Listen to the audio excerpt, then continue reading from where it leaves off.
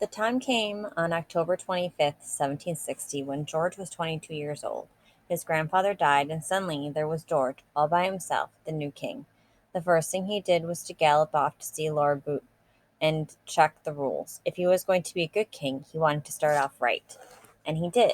He even looked like a king, tall, auburn haired, with well shaped legs and toes going the right direction. Occasionally he had pimples. People noticed, but never more than one or two at a time. When he made a speech, he stood straight and spoke in a strong voice. At parties, he didn't just stare at the floor as his grandfather had done. He mixed with his company, and he didn't just hold out his hand for ladies to kiss, he kissed the ladies.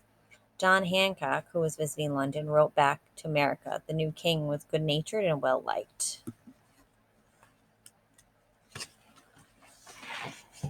But of course, what a king needed was a queen, and George III refused to be crowned until he had a queen to be crowned with him. He sent scouts scurrying to Europe to find out what princesses were available. There turned out to be seven princesses. One princess was found fond of philosophy, and the king said he didn't want that. One was too young, two were stubborn, one had a grandfather who had married a druggist's daughter, one had a mother who had been in jail. The king said no to all of them. At the bottom of the list was 16-year-old Princess Charlotte of Mecklenburg, a state in North Germany. Princess Charlotte had rather a large mouth, but otherwise the king could find nothing wrong with her. So he said yes, and she said yes, and he made the plans.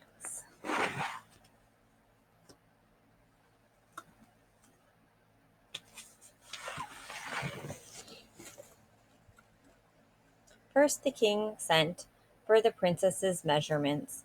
Then he supervised the making of her wedding dress. It was to be a silver and white gown with a mantle of violet velvet lined with ermine and fastened on one shoulder with a bunch of pearls. He ordered a diamond tiara, and he had the royal yacht repainted and renamed the Charlotte.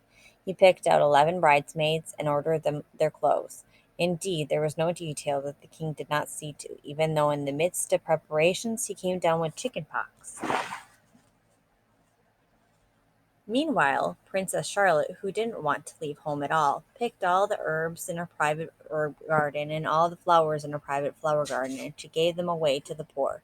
She practiced playing God Save the King on her harpsichord and learned to sing the words. Since she didn't speak English, this was not easy, but she practiced and practiced. She even practiced on the royal yacht crossing the North Sea when everyone else in her party was too seasick to sit up.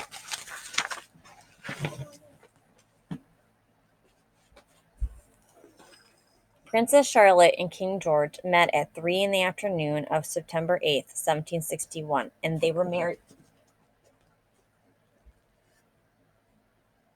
at 9 the same evening. The princess's wedding dress fit all right, but the king had counted too much on the bunch of pearls. The ermine mantle was so heavy that she had a hard time keeping the dress on her shoulders.